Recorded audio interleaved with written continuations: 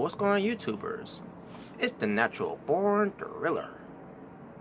And welcome everyone to WWE NXT Review, the show from April 3rd, 2019. They were at Full Sail University in Winter Park, Florida. Your commentators, as usual, are Mauro Renaro, Nigel McGuinness, and Percy Watson. And this was the Go Home Show edition for WWE NXT TakeOver New York during WrestleMania weekend. So, that being said, folks, let's get right into it. Let's not waste any time. We get Warriors coming out, and they destroyed two tag team jobbers squash match. And then they got on the mic and said that NXT joint match with Ruin Regal, which basically mentioned him for some reason. I don't remember what they mentioned him before. I can't remember. I seriously can't remember, folks, why they mentioned him about. Maybe it was something about NXT UK. I'm not NXT UK. Maybe it was something about the TakeOver show in which they did mention the TakeOver show that they're going to be a part of, and they say they don't have to listen, to just watch. And I think they talk about their opponents, which is Ricochet and House of Black, who won the Dusty Rhodes Tag Team Classic to not only win the trophy, but to also become number one contenders to face the NXT Tag Team Champions at TakeOver New York. So basically, the Warriors wanted to bring up the next team, and they went up against Aiden Jadu. I think I'm going to try to learn his name, folks. The problem is they don't feature him that much on NXT shows. And his tag team partner, Cesar Bononi. And the match itself, it was sort of a competitive match, but they still lost to the Warriors, obviously. So Warriors once again was another match. Basically, this was the second match on the that the Warriors had on the show. And there you go. Let's say about this match. We see highlights of Pete Dunne versus Walter for that match. Well, actually, highlights of the hype up Pete Dunne versus Walter for NXT TakeOver New York. And it's 685 days and counting of him being the NXT UK, the WWE United Kingdom champion. Pete Dunne with his greatest reign of terror, with him being the Bruiserweight and being the United Kingdom champion, and Pete Dunne so far in WWE the longest reigning champion in the modern era. I think he surpassed Brock Lesnar. He basically surpassed Brock Lesnar. What pertains to Brock Lesnar being Universal Champion, what pertains to Pete Dunne being a champion in WWE, he surpassed Brock Lesnar's reign, basically.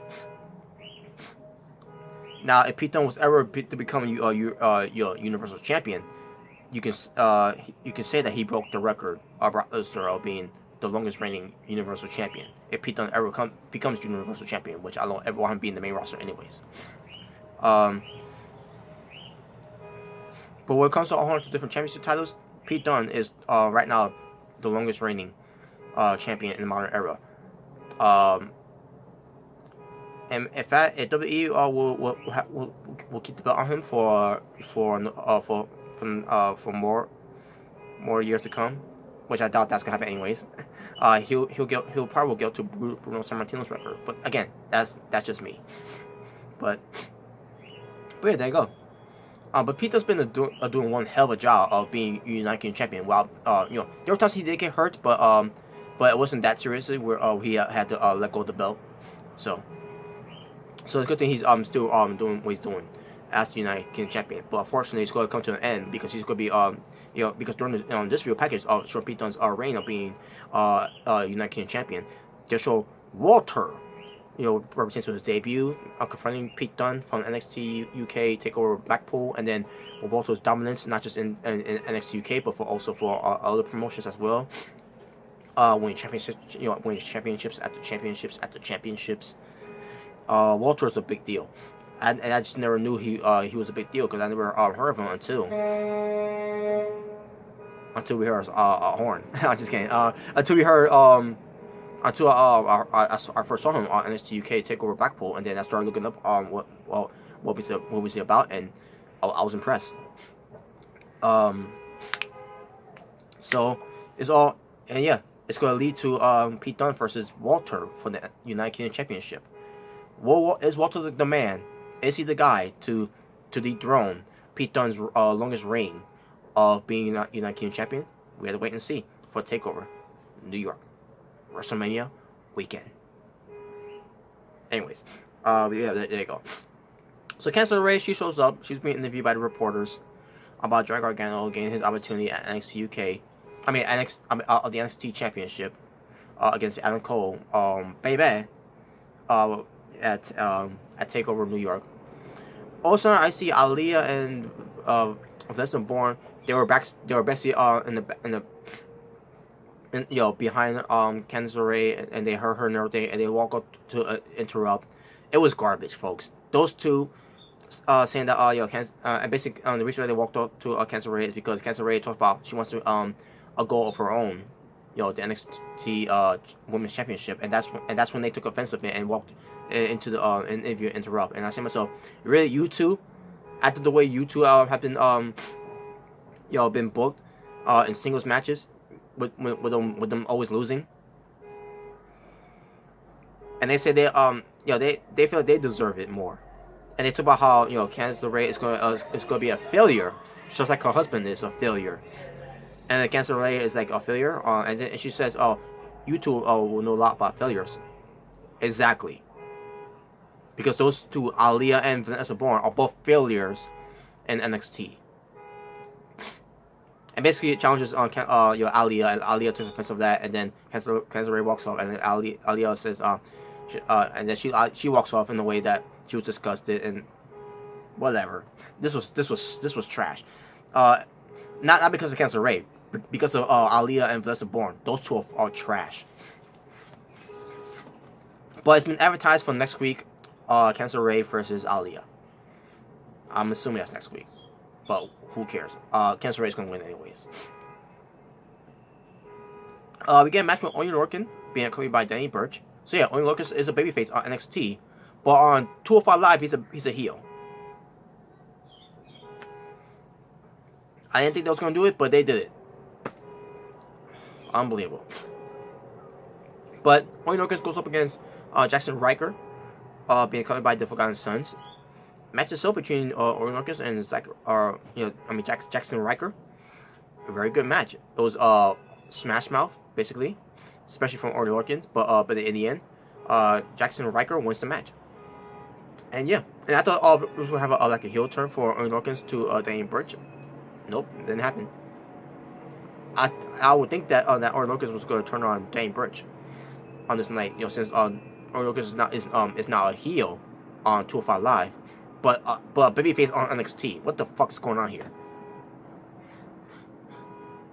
But Jackson Ryker looked pretty good in the match though. Formerly known as Gunner from TNA Wrestling. Then we get to a video package of the NXT Championship between where it was supposed to be Tommaso Ciampa defending his title against Johnny Gargano at TakeOver New York in a 2-3 Falls, but instead it was canceled. Because we know why, because Ciampa's neck fusion. And then the replacement was Adam Cole winning the fatal 4-way to be added to be the one to face Gargano for the championship instead, for the vacant NXT Championship. Good video package though, folks. And it's going to show again at TakeOver as well. So same thing with Pete Dunne and Walter.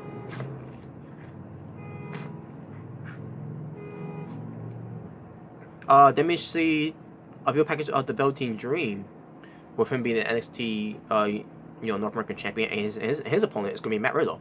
Their video package too, basically, to hype up their match.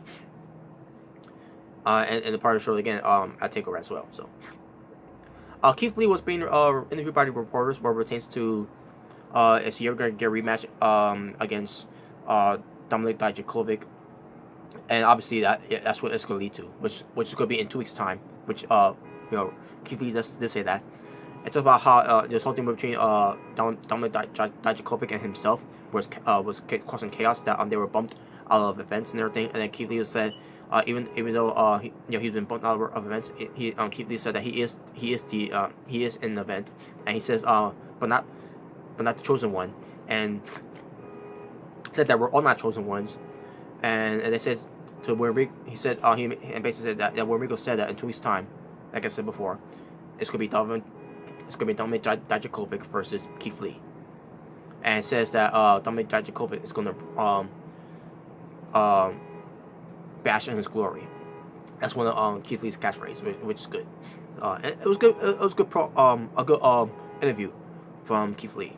Very, very good. Main event time. Kairi Sane, the Pirate Princess, versus Bianca Belair, the EST of NXT. Match happens. Kairi Sane looked good. Bianca Belair looked decent. And then there was parts where she was sloppy, a little botchy. I was disappointed at that. She messed up like about 2 to 3 spots basically, or about 4. I'm like, oh my god, oh man, this is my first time ever seeing her messing up moves. Yo, I don't know what was going on with her on that night, but.